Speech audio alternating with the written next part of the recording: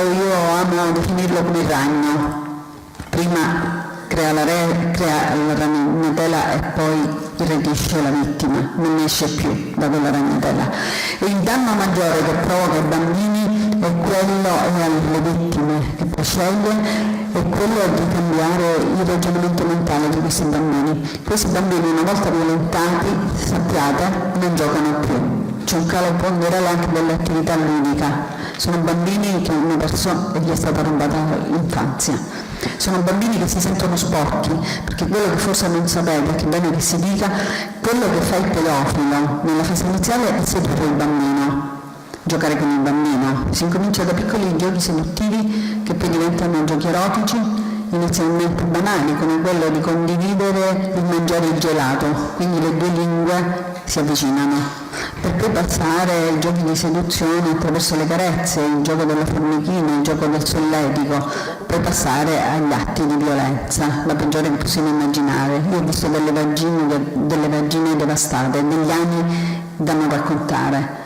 Mi ritengo una vittima terziaria. Oggi si toccano i bambini, quelli piccoli, quelli che non possono parlare, che non possono testimoniare e quindi non sono incredibili. Parliamo di bambini sotto l'anno. Abbiamo visto bambini devastati. E l'unica maniera per sconfiggere questa rete è informare, aggiornare e prevenire.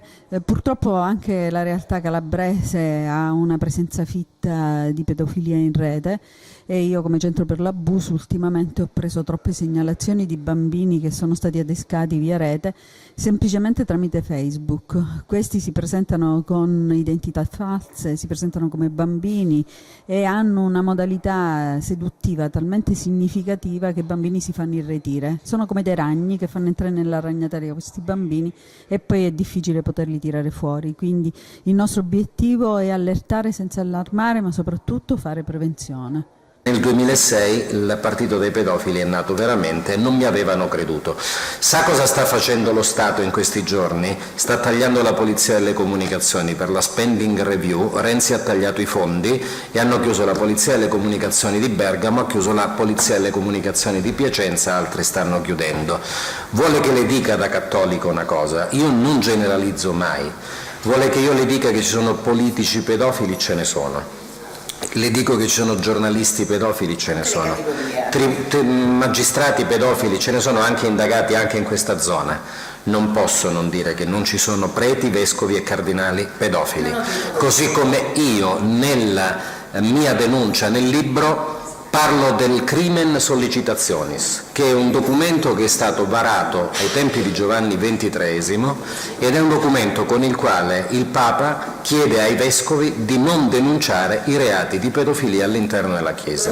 Questo amore malato nei confronti di chi è ancora innocente, soprattutto questi volti di bambini che vengono segnati da queste esperienze, possono dal suo parere tornare a sorridere come persone normali una volta che hanno subito un abuso? No, non tornano a sorridere perché sono vite spezzate, perché la violenza fisica produce poi una violenza di ordine emotivo che non guarisce mai. Noi dobbiamo parlare più che di amore malato, dobbiamo cominciare a parlare di reato, del più turpe tra i crimini contro l'umanità debole e indifesa, e la battaglia dell'Osservatorio sui diritti dei minori è una battaglia tendente a chiedere all'ONU che venga riconosciuta la pedofilia per quello che è un crimine contro l'umanità. In realtà io sto facendo questo giro di presentazione del libro dell'Osservatorio sui diritti dei minori che ho firmato io insieme all'avvocato Napoli, il vicepresidente e l'avvocato Lucia Legati, che è anche mediatrice familiare, dove vogliamo far risaltare la presenza della lobby internazionale che ha portato a quello che diceva lei, cioè la costituzione in Olanda di un partito dei pedofili e la mancata accettazione dell'ONU di queste proposte della pedofilia quale crimine contro l'umanità.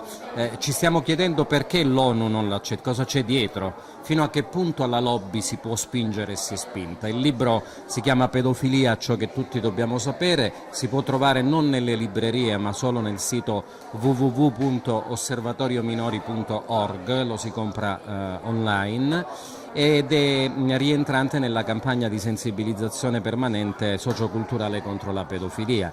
Noi non possiamo abbassare la guardia in questo momento perché le cifre del fenomeno pedopornografico sono astronomiche, si parla di milioni di dollari, di euro che dir si voglia all'anno sulla pelle di poveri bambini, talvolta anche in tenera età, pochi mesi di vita. Allora abbassare la guardia significa rendersi complici di questo reato. Noi chiediamo anche che venga valutata una nostra proposta di legge che dal 2008 giace in Senato, che non si limita a chiedere carcere per il pedofilo, perché il pedofilo col carcere non guarisce, ma che dopo il terzo grado di giudizio, secondo il parere di uno psichiatra, di un medico dunque, si possa arrivare anche all'inibizione farmacologica, vale a dire la castrazione chimica. Non bisogna avere paura di chiederla, perché qui c'è in gioco la tutela del bambino.